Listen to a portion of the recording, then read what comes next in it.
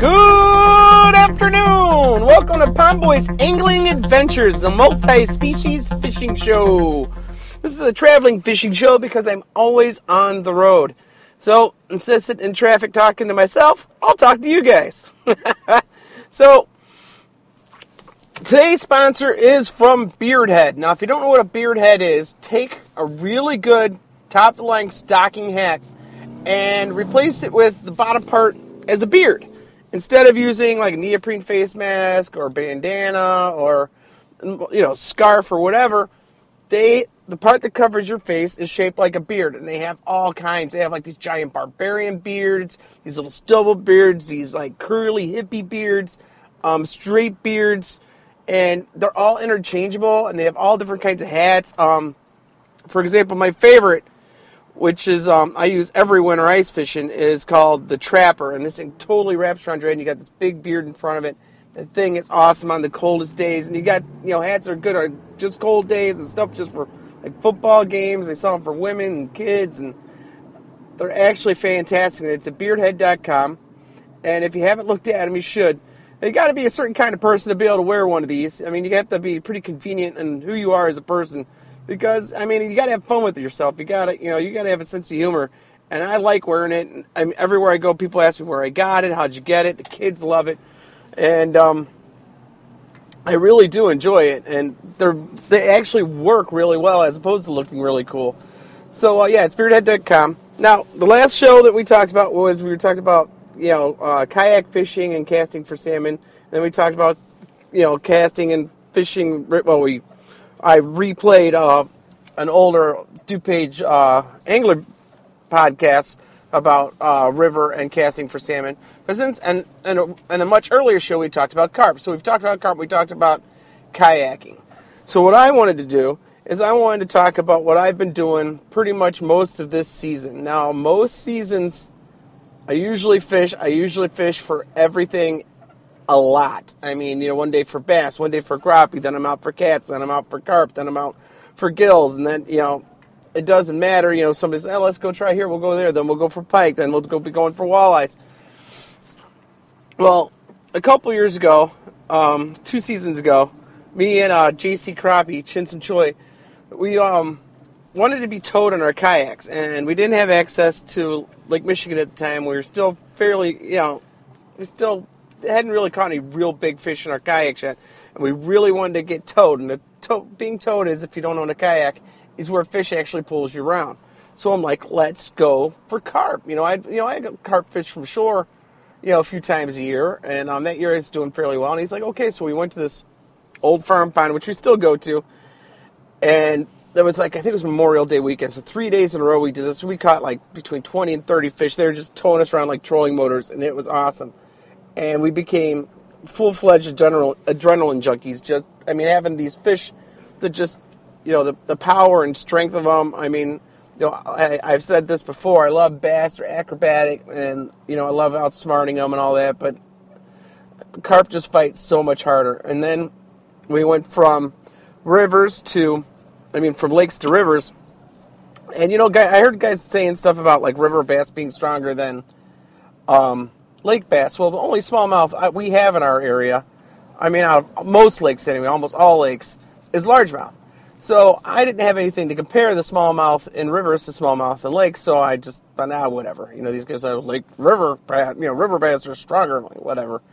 But now that I've had the chance to compare carp fishing in lakes and carp fishing in rivers, the river fish truly are a lot stronger. I fish the Fox River a lot, and there is no shortage of carp. And what's cool about it is they're all short. You don't get any really giants. I think my biggest out of there ever was, between 27 and 30. You get lots of between 17 and 25 inches long. But these things fight, like a fish twice their size. It's because they're just, nothing but muscle from being in that current all day long. And no kidding, a 17, 18, 19-inch fish, gets in that current, and they push, and they'll take half a spool of line, and depending on what kind of rod and reel you have, before you can get control of them. And it is absolutely exhilarating. And we call it yarping. Kayak carping. So the term from from all you guys we wanted to catch on is yarping. And we have actually there's a Facebook page for yarping that we started. There's only like 4 guys on it because like nobody does it, But once we usually get a guy out there to try it that's bass fish, usually they're like, oh wow, I had no idea, this is freaking awesome, and then they do it with us. So how do you do it, and what do you need to go yarping? Well, all right. So we talked about kayaks, and if you don't know all the basic kayak stuff that you need, for safety and your basic gear, you'll have to go back to the older podcast to listen to that. But you may need a locator, depending on kind of river you're fishing or pond you're fishing. But for yarping, I almost always fish rivers, and almost all of ours. Deepest holes are like 7 foot. Most of the water I'm fishing is actually under 4 foot. So I hardly ever use my locator. I started out with walleye rods, and I kept losing fish. So then I went to, I was using a noodle rod, but it was so long when I got a heavy fish, I had a really hard time landing it.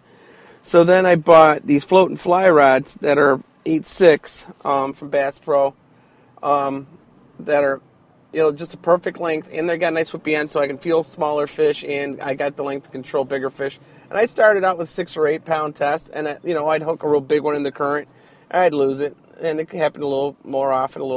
Finally I'm like, all right, I went up 10, and I still lost some fish, not as many, and now I'm up to 17, and I hardly lose anything, but you figure. You figure 17 on an 8.6 rod should be more than enough for a 20-inch carp. But I'm telling you, they're so strong in this, and especially when they shoot in that fast current at first run, and it hits some rocks and stuff. You need something tough, and my numbers have skyrocketed. So you want a long rod. There's a few different ways we fish for them. Well, the first season I almost only used floats. Now, there's a couple different ways that I use floats, and the first is what we call drifting. Now, in another episode, I'll get into how you drift for smallmouth, and white bass and catfish, and these fish are in faster current. But for carp, they won't really chase down a bait hardly ever. They won't spend a lot of energy to chase something. So, most of the time you're fishing in slack water on the sides of current, pools, eddies, behind bridge pilings, behind big chunks of concrete, anywhere where there's different current. The current is much slower than the adjacent to the river, and they'll sit there most of the year. I mean, from ice off to almost ice on, they'll be in that shallow water. But your bait has to be moving really slow. I usually either have it I either use no weight and I let it drag, my bait drag on the bottom, or I just have just letting it tick the bottom. And I want it move. You want it moving really slow if you're going to drift. And we'll drift straight down river, anchor, and we'll drift straight down river through these holes, and we'll get them that way. If we're going to park for a while, then I usually stop drifting, but we still float fish. And you're like, well, how the current? What are you doing? Well, I'm not really using a float the way you normally use a float. I use a float as a strike indicator. So, what I use is I use these big thills because they have these giant size thills have these metal grommets which let your line move back and forth through them really easily. And it makes it, especially if you're fishing deep, like deep water blue cats, like if you're you want to fish 20 feet deep, you want these bigger thills. I also use bigger bobber stops because of a thicker line, so it's easier to the bigger bobber stops work better on the thicker line, and the bigger floats move up and down. And really, what I'm doing is I have a couple decent sized split shop, then I have a leader, and I make my own hair rigs, which we talked about in a little bit, or regular hooks. So you got like a 2-foot leader, 2 heavier split shots, and between the bait and the split shots, it's enough to keep it down the bottom. And the float's really just laying on its side in the current, and as my strike indicator. And another reason I use the long rods is like I said, I'm fishing pools and eddies, and slack water where I'm almost always fishing parallel. So I'm actually usually anchored in the current, and I'm casting into the pools. Well, having these long rods, when I stick them in my rod holders, I have them up on an angle. Picture your line slowly sloping down from the tip of your rod down to your float. Most of it, this keeps most of your line in the air and keeps away from what we call current drag, current drag is when the current takes your slack line and pulls your bait out of the area you want to keep it in. So these long rods help you keep your float in that area. The other rigs we use are obviously bottom rods. So you can use any bottom rigs. You can use any bottom rigs you want. You can use Wolf River rigs, you can use bolt rigs, you can use running rigs, semi-running rigs. What I like is what the Europeans call a running rig, and what most Americans know is like a slip sinker rig. And the reason is when the first year, like I said, I mostly used floats, but then I started using bottom because, I still have the left side of my, like if I'm facing downriver and say I'm fishing the right side of to my right is the slack rod, and left side's main current, I still wanted to get another rod out there. So I started fishing on the bottom. Now I've noticed that running rigs or slip sinker rigs, when fishing straight downriver, I got far less snags than any other rig. So, and then I had a salmon reel with a salmon rod that actually had a bait runner. I had never really needed a bait runner or had any use for a bait runner. When I catfish, I used to use Wolf River rigs, and we used bells, and they were more aggressive, and it didn't really matter. We didn't need the bait runner. But the bait runner for carp, especially when they're running downriver, has been freaking phenomenal. So basically what happens is, they take it, they don't even feel the weight, they go downriver, it starts clicking, click, click, click, click, click, click, click, you got a fish, and you said it. It's great because, I've been doing a lot of night fishing. And so if you can get a reel with a bait runner, they sell spinning reels with bait runners too. Actually, Akuma sells some, and I'm going to be upgrading to some Akumas with bait runners because I've been doing so much night fishing that I would think I'd like to have that option on all my reels that I'm fishing with that I'm yarping with. So you can use a slip sinker rig. They sell all different kinds. You can just do your basic Lindy weight, bell sinker, the teardrops, as long as I use about an ounce, and anywhere from a foot to 3 foot leader, and then my hook, and then so I have my bottom rig and I have my float rig, and I always fish 2 rods at a time, and then so night fishing I'm using those Rod and Bob light sticks, and they come with different adjustments, different attachments for different floats, which work out great, so I can watch my bobber at night. At the river, if you're fishing a river, you can need bug spray. The bugs are terrible. So these carp are a lot smarter than you think, but at some of these rivers, the water's dirty enough that they don't really see you all that well, and you can get a lot close to them, but not as close as you think, especially when they're feeding on the surface. You want to park far away, cast over their heads, slowly reel back into them, because they'll spook right out of there. But the rivers is a little bit easier than, say, like lake fishing, because they just can't see you as well. And that's one of the reasons I like the rivers and the numbers that are in the rivers. But you got to be careful kayaking rivers. I've been out there thousands of hours. I know where the holes are. I know, when I can anchor, when I can't, what position my boat needs to be in. If I anchor, I dress just as if I was fishing, like in cold water. I dress just as if I'm fishing Lake Michigan, because should I fall in and I'm far away from the car, my kayak could fill up, I could get wet, I don't want to get hypothermia. So like I said in our a couple episodes ago, that I dress to swim and I rig to flip. So all right, so you can either use floats, or you usually use a slip boat float system or a spring bobber system. Now a slip boat system only usually because a lot of times I have it set at 5 feet deep. 2 feet of that's laying on the ground, and 3 feet up to the surface so I can watch my float.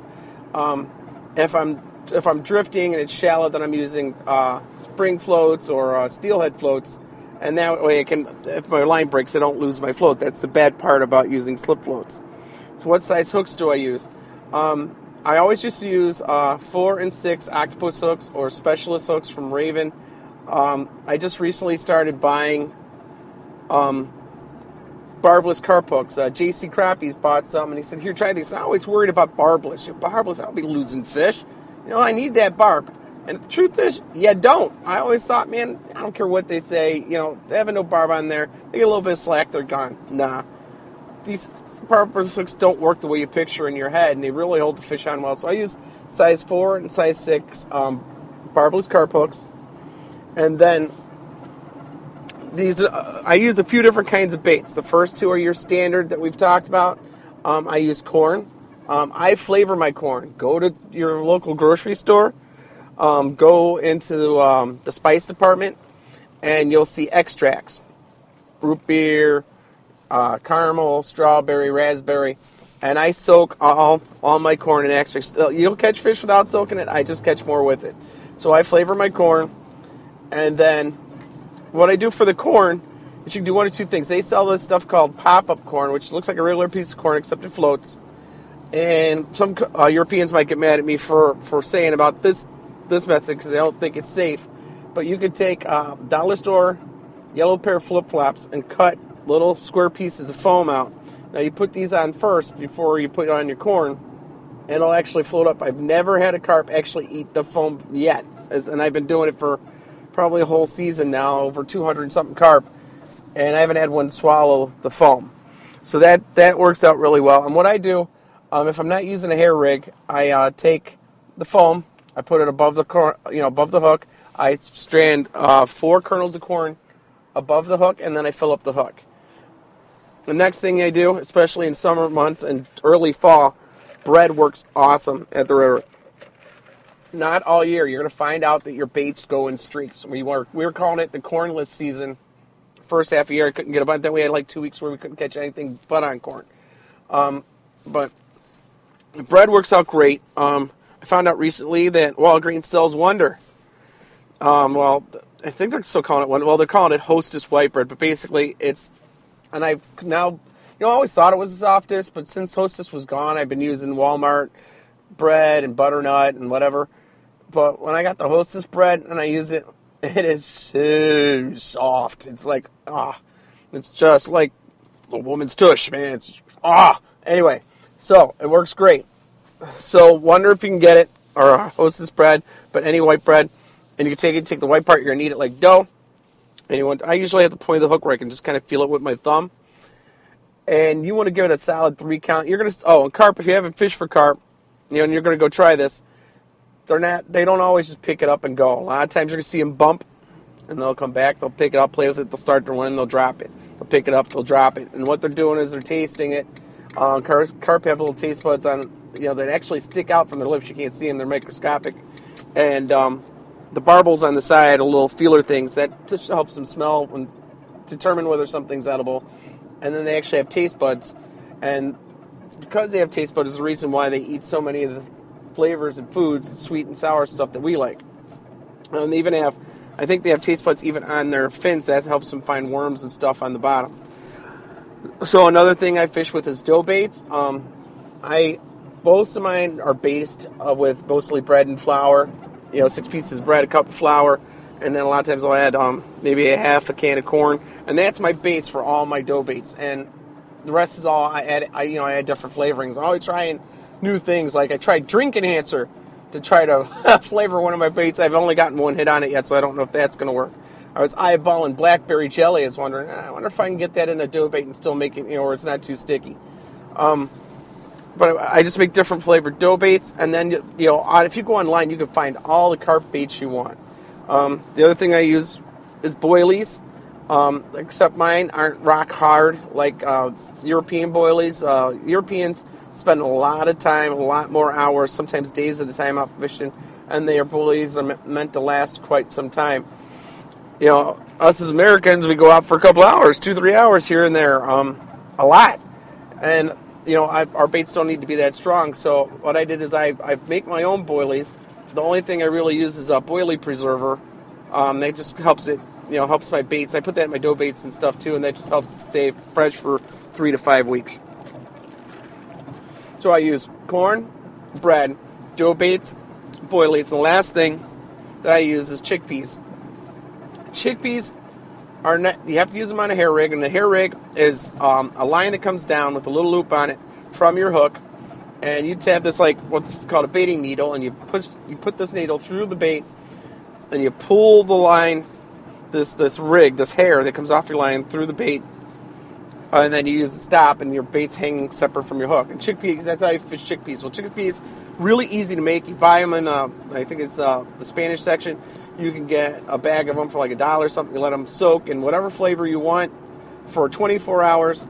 Boil them for 20 minutes. And then, basically, I fish 2-3 at a time. But the only thing is, I don't get a huge number of fish, but I get enough that I keep using it. Now, one bag will give you a ton of bait, and they only last about a couple weeks, even if I soak them in preserver. So I use a lot of chickpeas as chum. The other thing I do is chum. Now, in a river, you got to be kind of careful how you use chum. You want to throw it up a little, depending on the current, you need to drop it upstream of you or right at your feet, so it trickles down to where your baits actually are. Faster current, the least it seems to work for me. And I keep on messing around with different chum, but I do not have the same success with chum in rivers as I do in lakes. What I will do, if I have the time, which is rare, I will chum. I will get my kayak and I will go around. I will chum holes before I fish. Now, if I'm going to be fishing all day, instead of doing it the night before, I'll get there an hour before it even gets light, or an hour before I was planning on starting, and I'll go to each spot and I'll chum each spot, and then I'll start with the first one I chummed, and then I'll end fishing with the last swim or section that I chummed. But yarping for carp, you get them in this current, and even when you're anchored in the river and you're anchored, but your kayak's getting tugged back and forth, and your line's peeling, it is just absolutely amazing. And you do it a few times, you'll be like, oh my God, that's what he's talking about, and that's why he's so excited. So why have I been doing it so much this year? Well, I belong to a thing called Kayak Wars. What Kayak Wars is an online kayak fishing tournament. And they break it up by regions of the United States and by saltwater and freshwater. And you make a team of 5 guys. But the cool thing is, for a guy like me, it's multi-species. So each species is worth a certain amount of points they have to be a certain size. And the sizes are not small. Like a bass has to be 16 inches. Catfish needs to be 18 inches. Carp needs to be 17 inches. Well, around me anyway, the real reason I've been yarping so much is bass. For me, I can catch a lot of bass, but I can't catch a ton of over 17. Are you guys down south like, what? Yeah, we just don't have the size, especially in the suburban Chicago where people are keeping fish all the time. But nobody seems to fish carp, especially out in the suburbs. So there is just a plethora of carp to be caught. And yes, I do catch many under 17, but I catch, the average over 17 is much higher.